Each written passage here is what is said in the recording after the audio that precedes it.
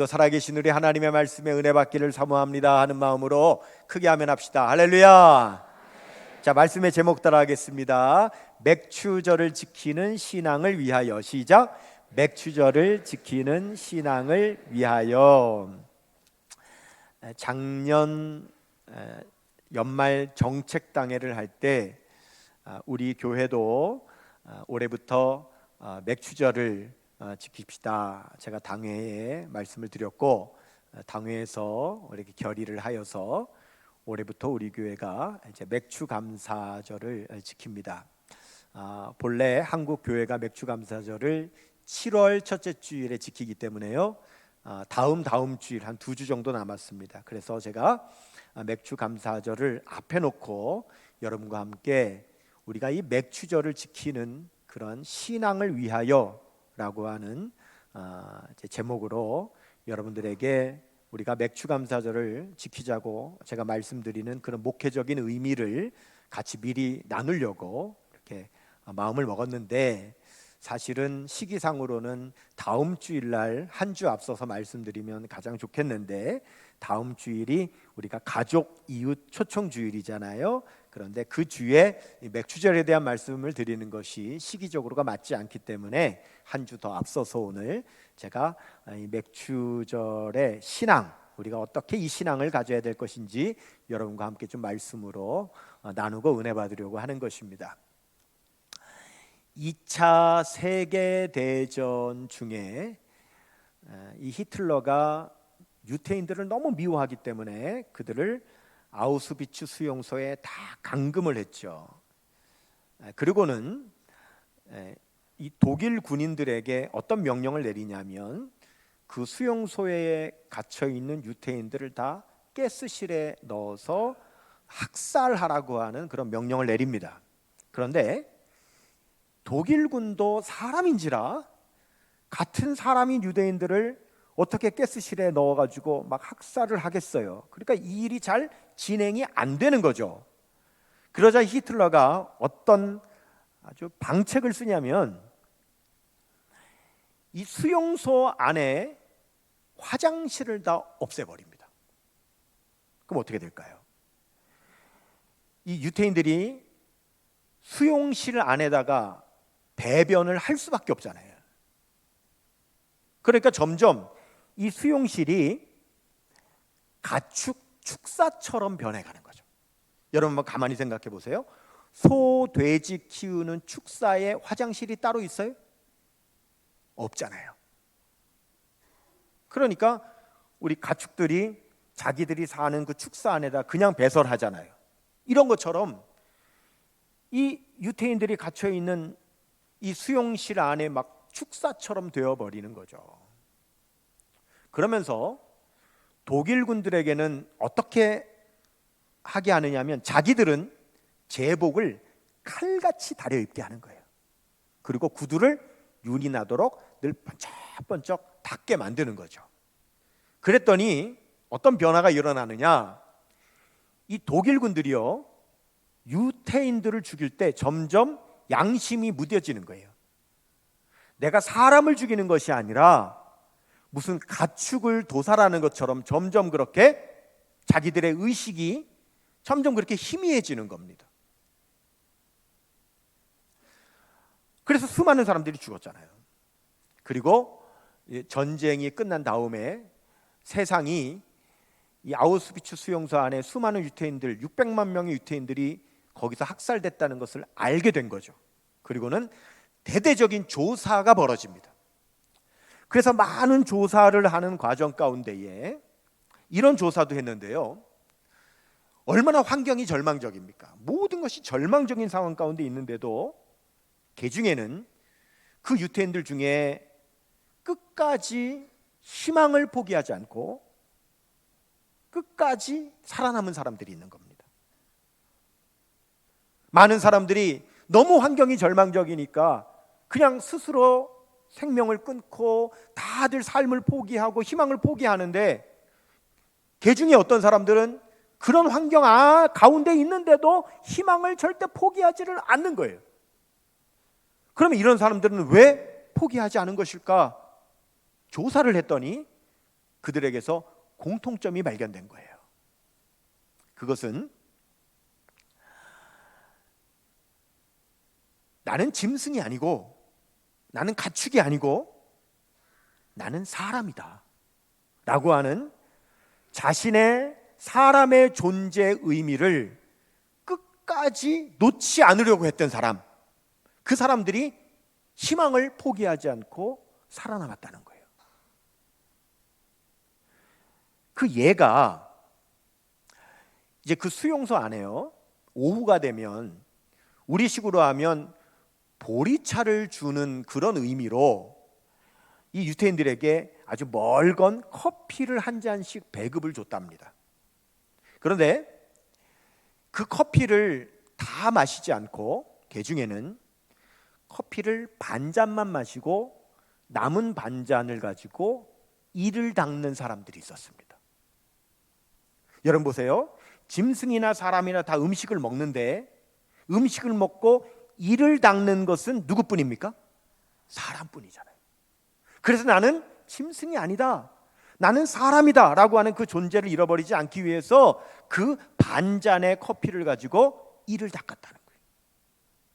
그런 사람들이 끝까지 희망을 포기하지 않았다 라고 하는 것을 조사해낸 겁니다. 같은 아우슈비츠 수용소에 수용돼 있었다가 풀려난 사람 중에 유명한 심리학자가 있었습니다. 빅터 프랭클이라고 하는 심리학자가 있었는데, 그가 자기도 그 안에서 절망과 너무나도 비참함을 경험했기 때문에 그가 나와서 그런 엄청난 상처를 받은 사람들, 막 정신병에 걸리고 막 뭐 난리도 아니죠. 막 어떻게 하면 이 사람들을 치료해낼 수 있을까라고 하면서 그가 창안해낸 치료 요법이 있습니다. 이것을 의미요법, 로고테라피라고 부릅니다. 무슨 말이냐면, 사람은요, 의미가 있으면 해낸다는 거예요. 그런데 의미를 찾지 못하면 아무런 보람도 느끼지 못하고 해야 될 이유도 모르고 괴로워한다는 거예요. 그러니까 힘들고 어려워도, 어떤 환경이 절망스러워도 그 안에서 뭐만 찾을 수 있으면, 삶의 의미만 찾을 수 있으면 사람은 견뎌내는데, 의미가 없으면은요, 여러분, 사람은 삶의 의미를 못 찾으면 아무것도 못 한다는 거예요. 포기한다는 거예요. 절망한다는 거예요. 한국 전쟁 당시에 결혼한 직후에 젊은 남편이 전쟁하러 나간 거예요. 그리고 거기서 전사를 했어요. 그런데 이 10대 말에, 여러분 옛날에 다 한국 전쟁 당시에 18이면은 시집을 갔잖아요. 이렇게 어린 신부가, 남편이 전쟁터에 나가서 죽었는데 남편이 전쟁터에 나가기 전에 보니까 임신이 된 거예요. 그래서 아들을 낳았는데 유복자로 난 거죠.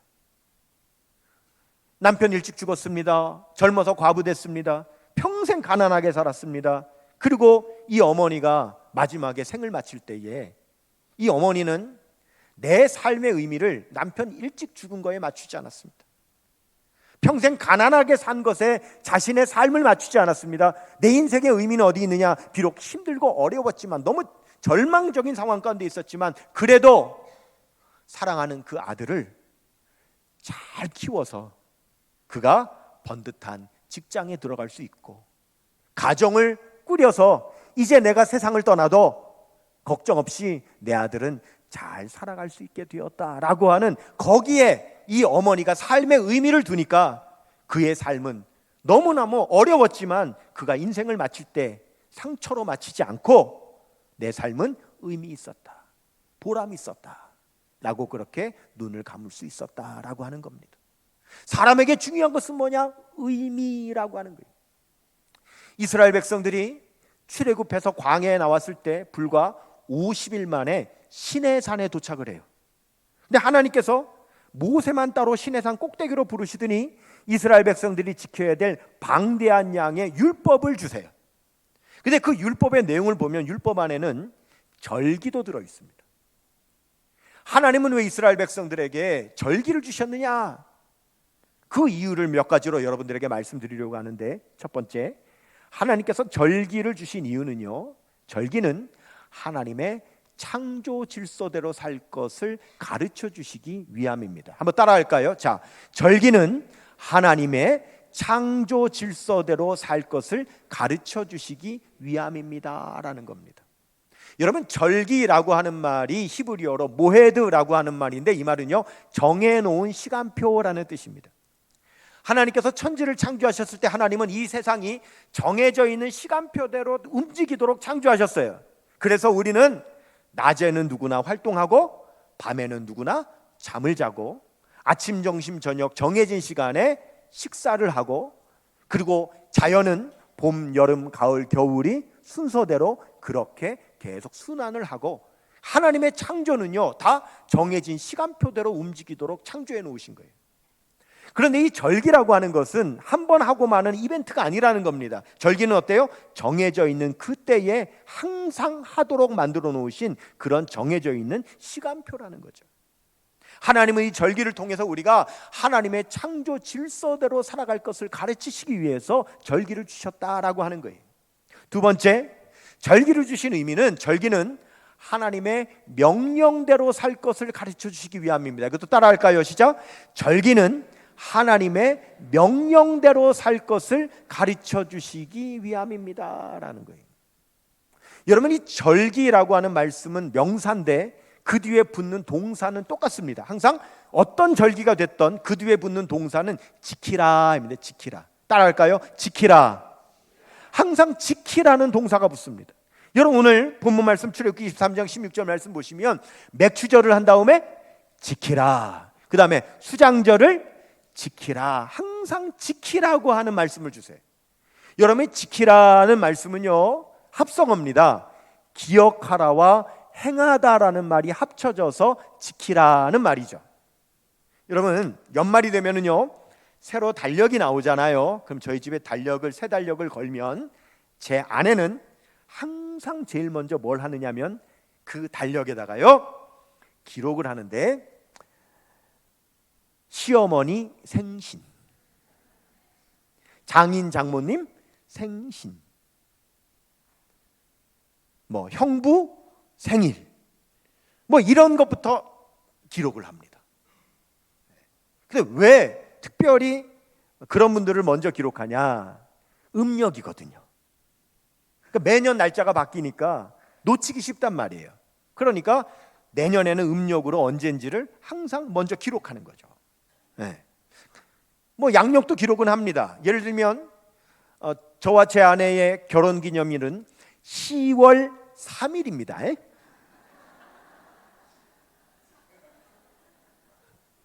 여러분 꼭 기억하실 필요가 없습니다. 우리 부부만 알면 됩니다. 근데 그거는 양력이고 잘 안 잊어버리겠죠. 그래도 기록한다 이거예요. 그런데 음력인 경우는 어떻게 하겠어요? 더 철저하게 기록하겠죠. 그런데 여러분, 기록한다는 건 뭘 하기 위한 거냐? 지키기 위한 거죠. 그런데 기록만 해놓고 기억도 안 하고 행하지도 않으면 무슨 의미가 있어요? 지킨다는 것은 반드시 기억해야 되고 기억한 것을 행할 때에 지키는 거지, 그렇지 않으면 의미가 없는 거죠. 절기라고 하는 것을 지키라는 의미는 기억하라는 거예요. 그리고 기억하고 그 의미 그대로 행하라는 겁니다. 하나님께서는 하나님의 명령대로 살도록 하시기 위해서 절기를 주신 거예요. 하나님의 명령을 기억하고 그 명령을 행하라는 거죠. 여러분, 우리가 하나님의 명령을 지켜야 되는 이유는 뭐냐면 그래야 사는 겁니다. 레위기 8장 35절 말씀 보시면 여호와께서 지키라고 하신 것을 지키라, 그리하면 사망을 면하리라. 내가 이같이 명령을 받았느니라.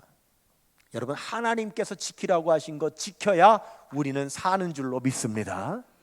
세 번째, 하나님께서 절기를 주신 이유는, 절기는 모든 것의 주인이 하나님이심을 가르쳐 주시기 위함입니다. 따라하겠습니다. 시작. 절기는 모든 것의 주인이 하나님이심을 가르쳐 주시기 위함입니다. 그랬어요. 여러분이 절기를 말씀하실 때 너의 절기라고 한 번도 나오지 않습니다. 다 하나님 나의 절기라고 말씀하세요. 절기는 하나님의 것이에요. 여러분, 절기가 내 것이라면 내 마음대로 할 수가 있습니다. 여러분 보세요. 제 생일은 누구 겁니까? 제 생일 제 거예요. 내 생일이 내 거지 누구 거겠어요? 그럼 여러분, 자, 제 생일은요, 제가 하지 말자, 내 생일을 뭘 지켜, 절대 하지 마. 절대라는 붙이면 꼭 하라는 얘기니까. 하지 말자 제가 할 수 있어요. 맞죠? 그런데 저희 아들이 올해 아버지 생일은 하지 말자. 그럼 되겠어요? 아니라고요. 맞죠? 그거예요. 절기는 내 것이 아니에요. 내 마음대로 할 수 있는 것이 아니에요. 내가 하라 마라 할 수 있는 것이 아니에요. 하나님의 절기이기 때문에 하나님께서 하라고 하시면 하는 거고요, 하나님께서 하지 말라 그러면 안 하는 거예요. 그래서 절기는 모든 것의 주인이 하나님이심을 가르쳐 주시기 위한 거죠.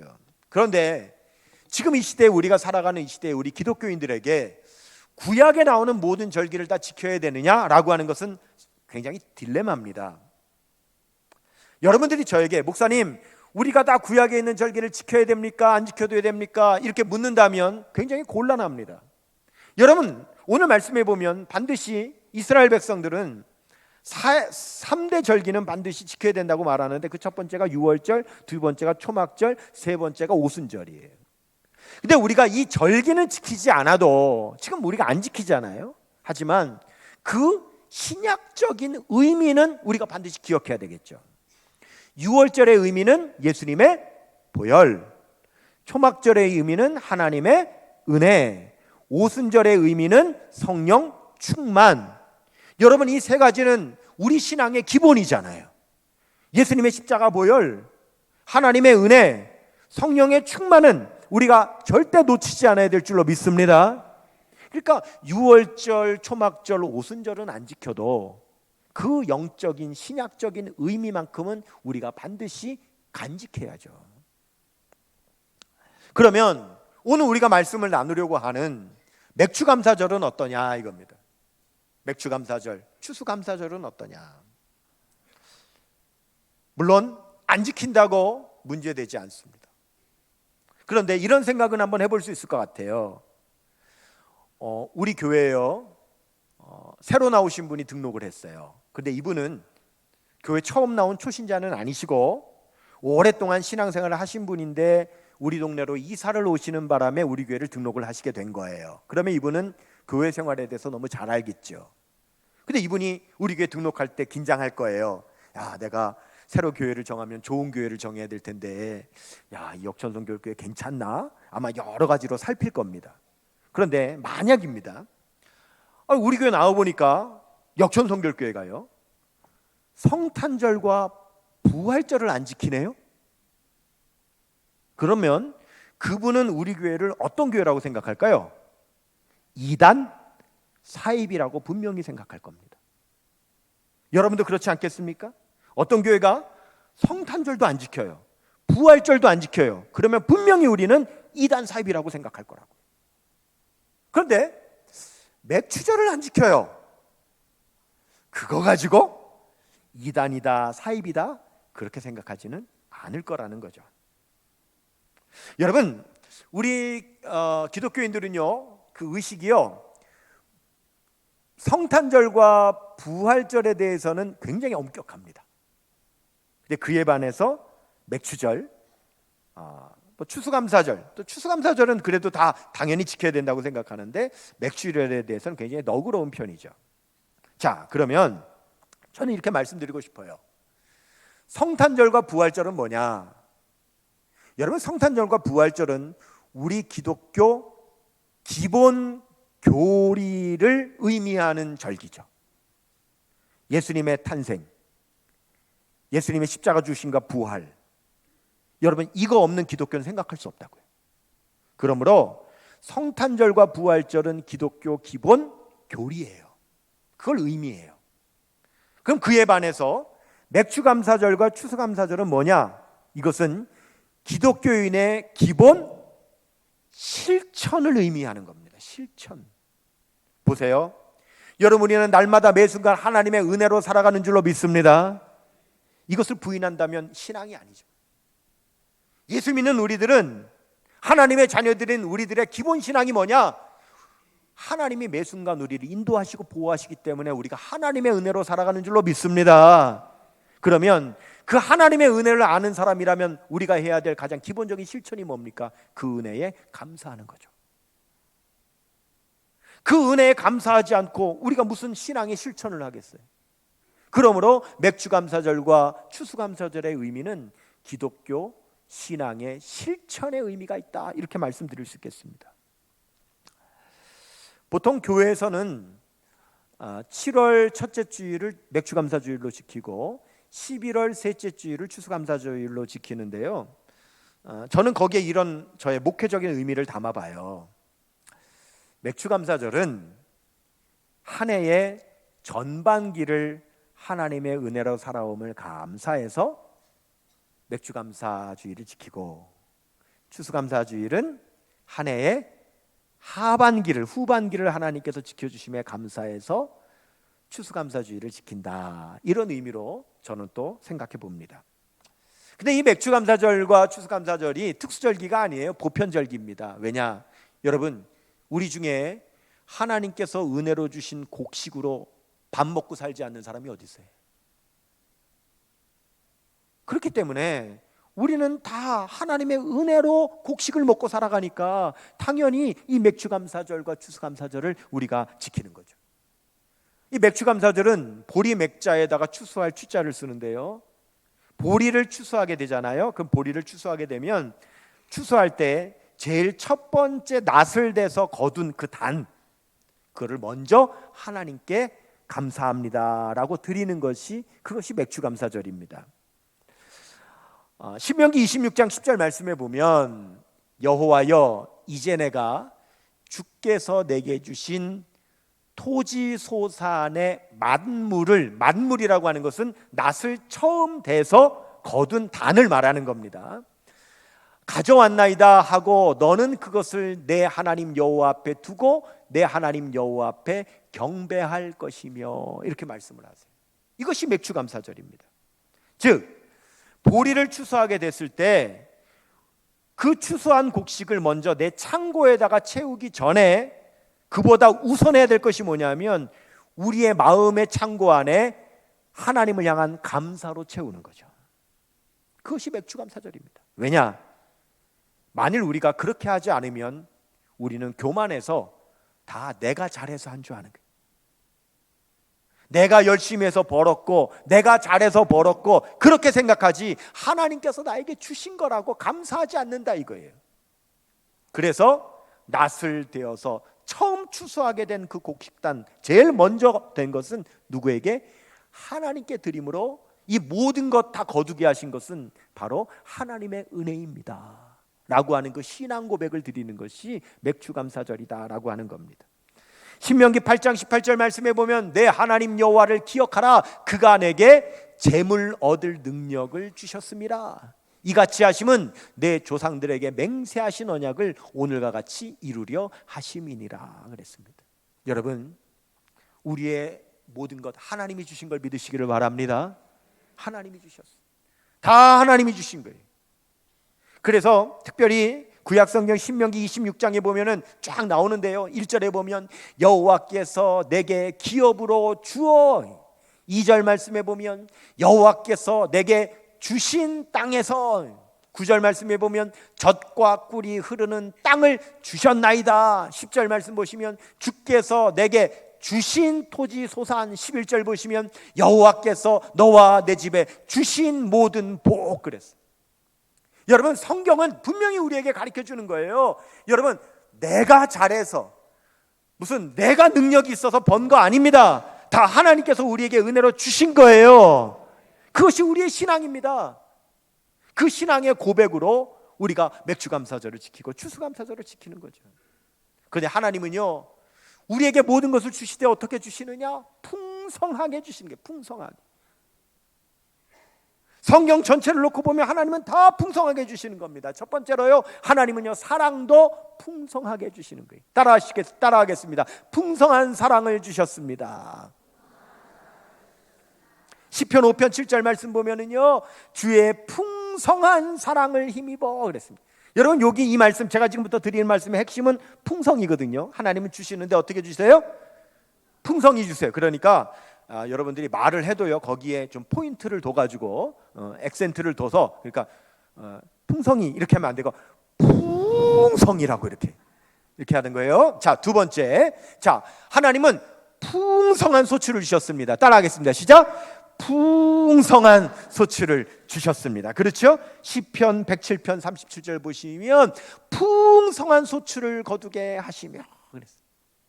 여러분들은 우리가 다 서울 이제 수도권 이렇게 도시에 사니까 여러분들 가운데는 그렇게 농사 짓는 분들은 별로 없을 거예요. 물론 우리 교인 가운데요, 여러분 저 지방에서 농사 지시거든요. 그런데도 우리 주일날 우리 교회까지 올라서 예배드리는 성도님들도 계세요. 그 중에는 계시지만 대부분 여러분들은 농사를 짓지 않습니다. 그렇지만 아마 텃밭 정도는 가꾸시는 분들이 있을 거예요. 한 평, 두 평, 세 평, 한 이 정도 텃밭 가꾸실 겁니다. 근데 텃밭만 가꾸어도요, 3평 정도 되는 텃밭만 가꾸어도요, 거기서 나는 거 식구들이 다 못 먹습니다. 하나님은 엄청나게 주시죠. 엄청 풍부하게 주시죠. 절대 못 먹습니다. 하나님이 얼마나 풍성히 주시는지 몰라요. 어떤 분이요, 요만한 텃밭 가꾸는데 거기다 상추를 심었는데요, 상추가 도대체 뜯어먹을 수 없을 만큼 얼마나 풍성하게 나오는지 그거 뜯어가지고 오늘 예배 나올 때 저 갖다 줬다니까요. 목사님 드시라고. 하나님은요, 내가 다 먹을 수 없을 만큼 많이 주세요. 아멘입니까? 정말 그렇습니다. 그렇게 많이 주시는 거예요. 세 번째, 하나님은요, 우리에게 주시는 생명도 풍성하게 주시는 거예요. 따라하겠습니다. 풍성한 생명을 주셨습니다. 요한복음 10장 10절 말씀해 보니까 생명을 얻게 하고 더 풍성히 얻게 하려는 것이라 이렇게 말씀하셨습니다. 네 번째, 하나님은 성령도요 풍성히 부어주시는 겁니다. 따라하겠습니다. 성령을 풍성히 부어주셨습니다. 여러분들이 풍성이라고 하는 만큼 풍성하게 받으시기를 축원합니다. 디도서 3장 6절 말씀 보니까 성령을 풍성히 부어주셨다. 다섯 번째, 말씀도 풍성하게 주십니다. 따라합니다. 말씀을 풍성히 주셨습니다. 골로새서 3장 16절 보시면 그리스도의 말씀이 너희 속에 풍성히 거하여. 하나님은 다 풍성하게 주시는 거예요. 여섯 번째, 일일이 말로 다 할 수 없는 은사를 우리에게 풍성하게 주시는 분입니다. 따라하겠습니다. 일일이 다 말할 수 없는 은사를 주셨습니다. 고린도후서 9장 15절 보면 말할 수 없는 그의 은사로 말미암아 하나님께 감사하노라. 여러분, 하나님께서 이렇게 우리에게 주시고 또 풍성하게 주시는데 우리가 뭐 해야 됩니까? 감사해야죠. 감사. 하나님은 우리가 드리는 그 감사의 의미를 받으시는 거예요. 의미를 좋아하시는 거예요. 지금은 뭐 그럴 일이 없지만 옛날에는 여러분, 자녀가요 직장에 취업을 해가지고 첫 월급 받으면은요 꼭 부모님에게 빨간 내복 사드렸거든요. 그러면 부모님이요 그 빨간 내복 받고, 야, 나도 이제 빨간 내복을 다 입어보는구나. 내복이 좋아가지고 좋아하는 게 아닙니다. 자녀를 키웠더니 그 자녀가 첫 월급 받았다고 부모 잊어버리지 않고 부모를 기억했다는 게 너무너무 고마운 거잖아요. 하나님도 마찬가지입니다. 하나님께서 우리에게 이렇게 풍성함을 주셨는데 우리가 그것을 잊지 않고 내 모든 것 하나님이 주셨고 하나님께서 풍성하게 주셨다는 그 사실 감사하는 것, 하나님은 그것을 기뻐하셔서 우리에게 더 풍성한 복으로 채워주시는 줄로 믿습니다. 우리 역천교회가 지난 50여 년의 역사 속에 어느 때에 맥주감사절을 지켰고 어느 때에 안 지켰는지 저 그거는 잘 몰라요. 그런데 이제 다시 올해 우리가 이 다다음 주일에 맥주감사절을 지킬 때에 그 시작은 좀 의미 있었으면 좋겠어요. 그 의미가 뭐냐?